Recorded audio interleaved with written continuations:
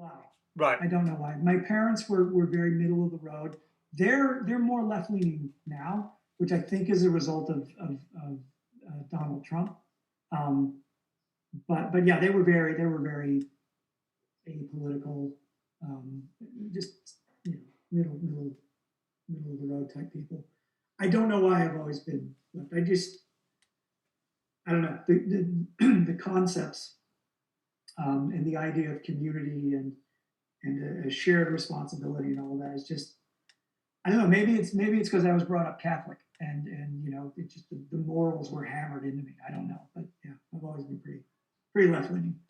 Do you remember a point when you kind of realized you're like how you feel about religion? Do you remember like, oh wow, like I'm moving away from that belief in a divine figure and all that stuff? Like, do you know when that kind of happened?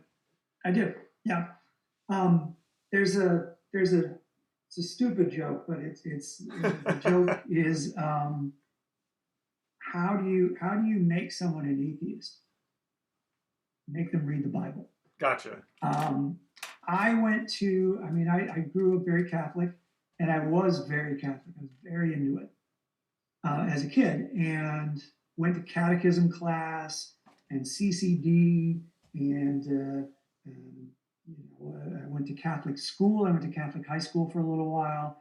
And when I went to my freshman year of high school in at Christian Brothers College in Memphis, Tennessee, which is a Catholic school, all boys Catholic school. You wear a tie, you had to have your hair cut short, whole thing.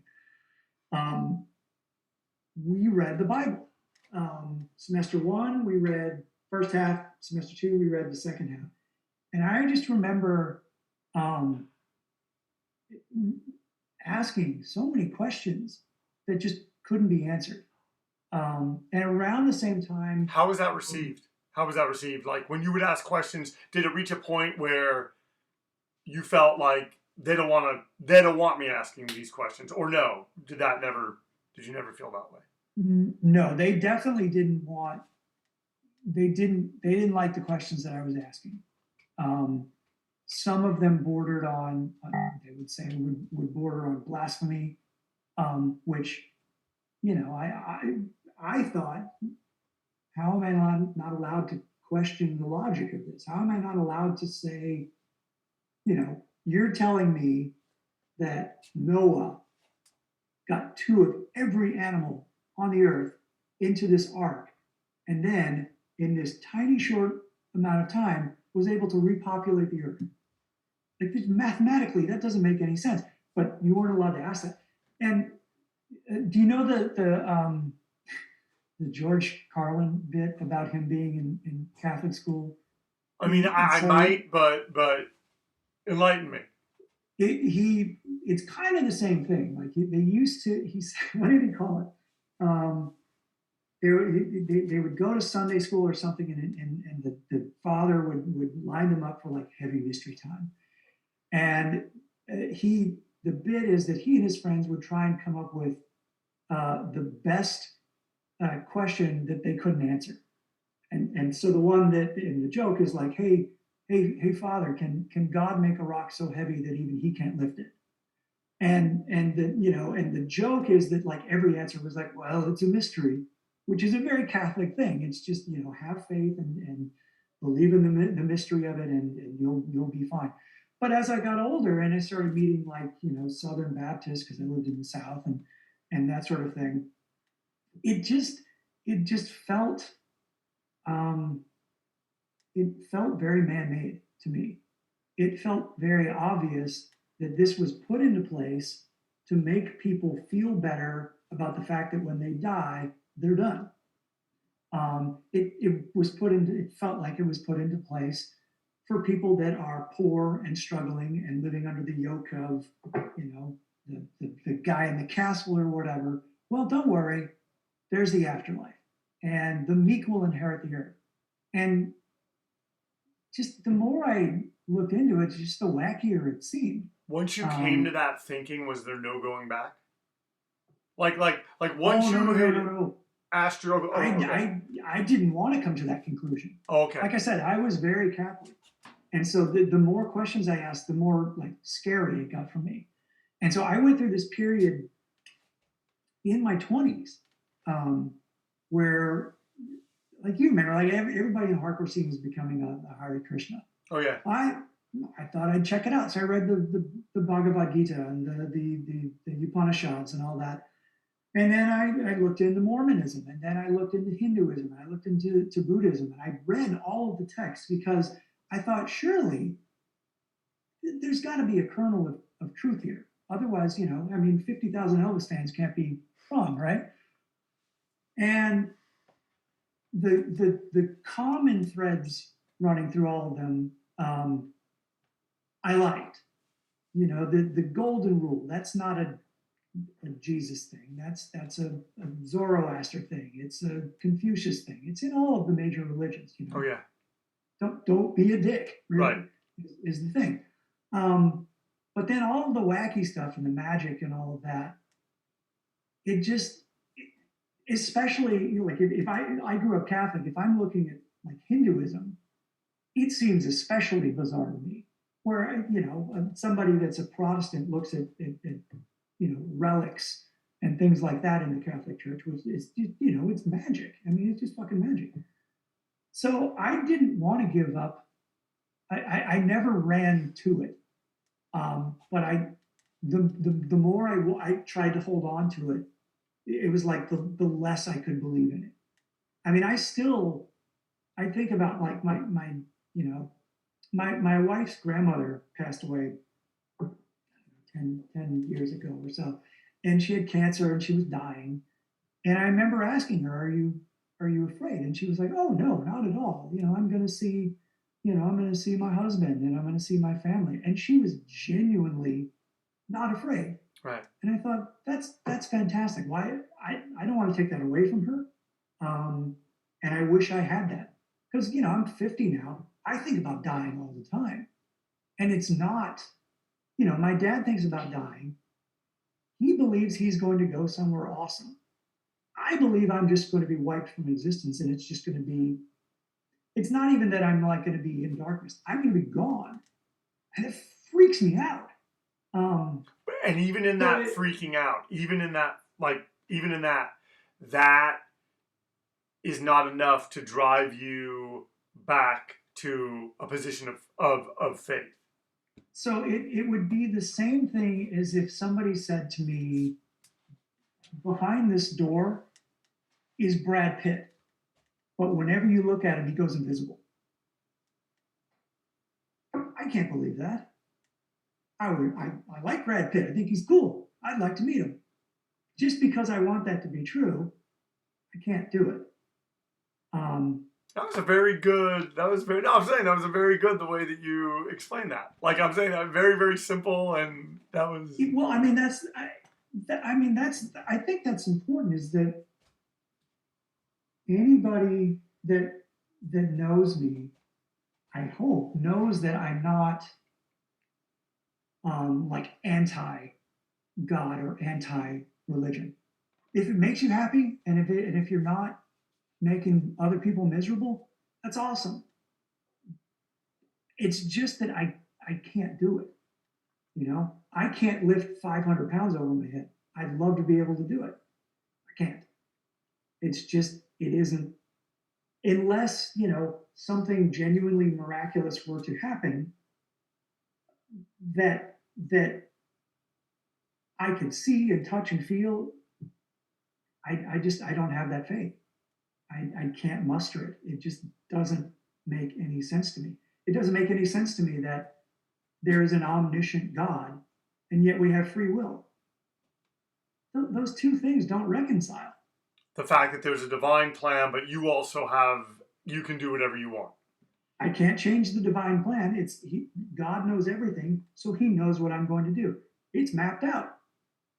So, I mean, I don't remember if it's Puritans or Calvinists, but one of them believes so strongly in predestination that they just believe, fuck it, do what you want. Whatever's going to happen is going to happen. It's been predetermined. So be a good person, because you're hoping that's what it is. I see. No. I have a final question. Yeah. When you look back, because you seem very, very happy now. You seem very happy with just like, and I really appreciate your posts because I wanted to ask you, do you do them on a computer or do you do them on a phone? Which one? Your post, because your post will be sort of like you'll write a lot. And I'm like, wow, is he doing that all on the computer or is he doing that on his phone? Like on social media? Yeah. Sorry. I probably should have said that. Yeah. How do you do it? Is my question first. I mean, if it's a long rant, it's always on the computer. Okay. And I unfortunately will do it over time. I will go back and refine the wording and make sure that it reads the way I want it to. It's far too much work for just some Yahoo mouthing off about whatever it is that I seem to think is important. Okay, so I read, I see the stuff that you're doing, and it does read the way that you want it to, and I find it to be very, very thoughtful. Very thoughtful, and that ties into this last section, because we've been talking about religion, and I feel that your answers and just what you expressed was very, very thoughtful. So what I wonder is, in your time in hardcore, which I hate even saying that, like hardcore punk, because dude, you're still in it. Even though you may be out of it, you may not go to shows, you may not keep up on all this stuff. Check. Yeah, but I'm just saying, like, you still have a lot of friends that are involved in it. I don't know how often you talk to a lot of them, but I'm willing to bet that you probably talk to at least more than 2 or 3 a few times a year. And probably more than that. So my question to you is, what do you think for you was your happiest time in your involvement in the hardcore scene, and in the crux of your involvement?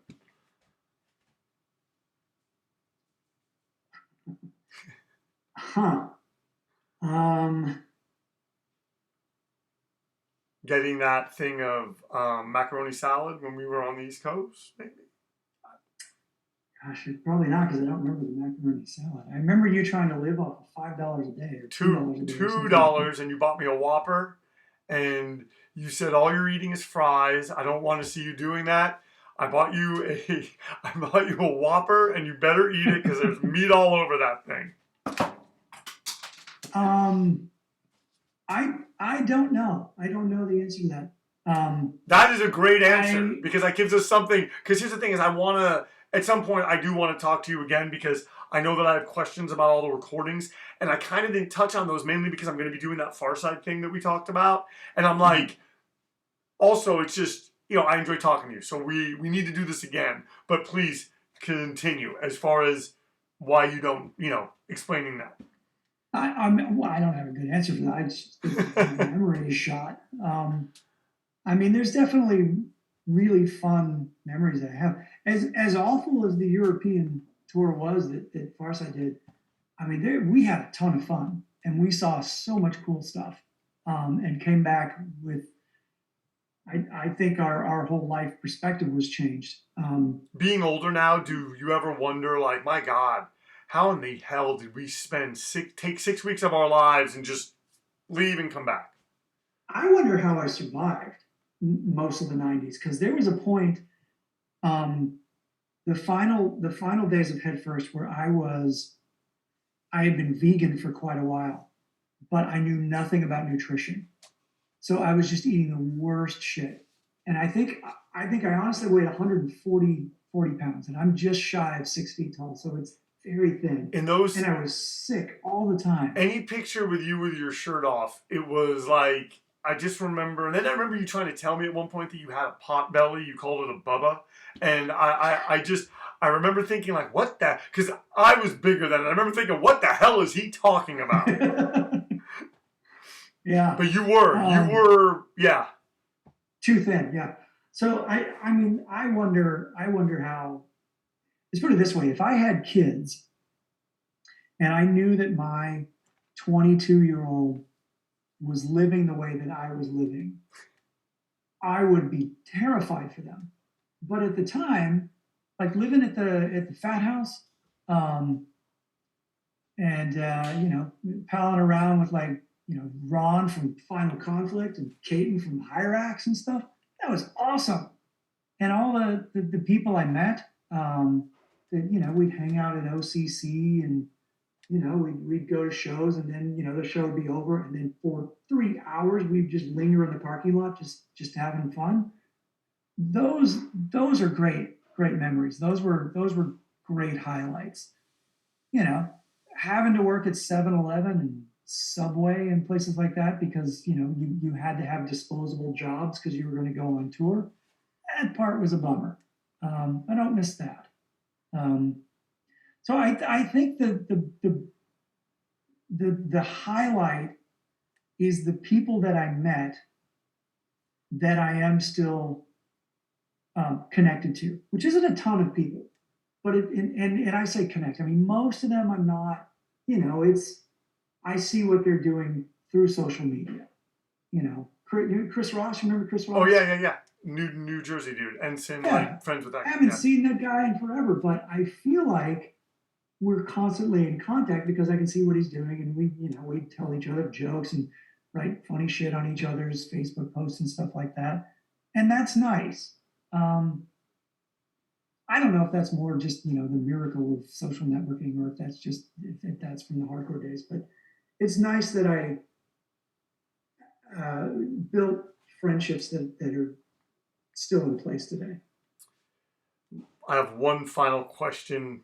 Keep saying that. No, this is it. I promise. And I thank you because I know it's late for you, and I'm sorry. Do you work from home? Or are you going to be able to sleep in tomorrow? I do. Yeah, okay. This is literally my office. Oh, I love it. I love it. It looks like a rat office too. All the books behind you and everything. Okay, final question. With the night that you and I met at the Anti Club, Freebase played. You were talking to Little Steve, and you were making plans with him for the next day. I think you guys were going to go to a show or something, but you had to work. And I think you were working at Togo's, or you were working somewhere.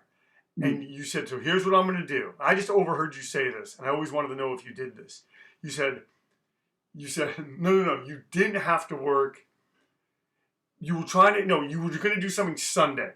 So you said, okay, I'm going to go in Saturday and say, okay, I'm here to work. And then they were going to say, like, no, you're working Sunday. And then you were going to be like, no, I'm supposed to work today. And then they were going to let you work, and you were going to be able to work, and you were going to be able to be off Sunday. Did that ever happen? That happened many times. Yeah. Okay. Yeah, and how I got away with it, and how they didn't just be like, either A, this guy's an idiot and we just need to fire him, or B, he's playing us like a violin. I don't know. But, oh, geez, I'm so bad at the schedule. I'm sorry. I keep forgetting. But, I mean, it's Northwood Pizza. It's not like we're building rockets. It's just, fine, fucking go put mushrooms on the pizzas. Dude, that's a fine. good pizza place. That's a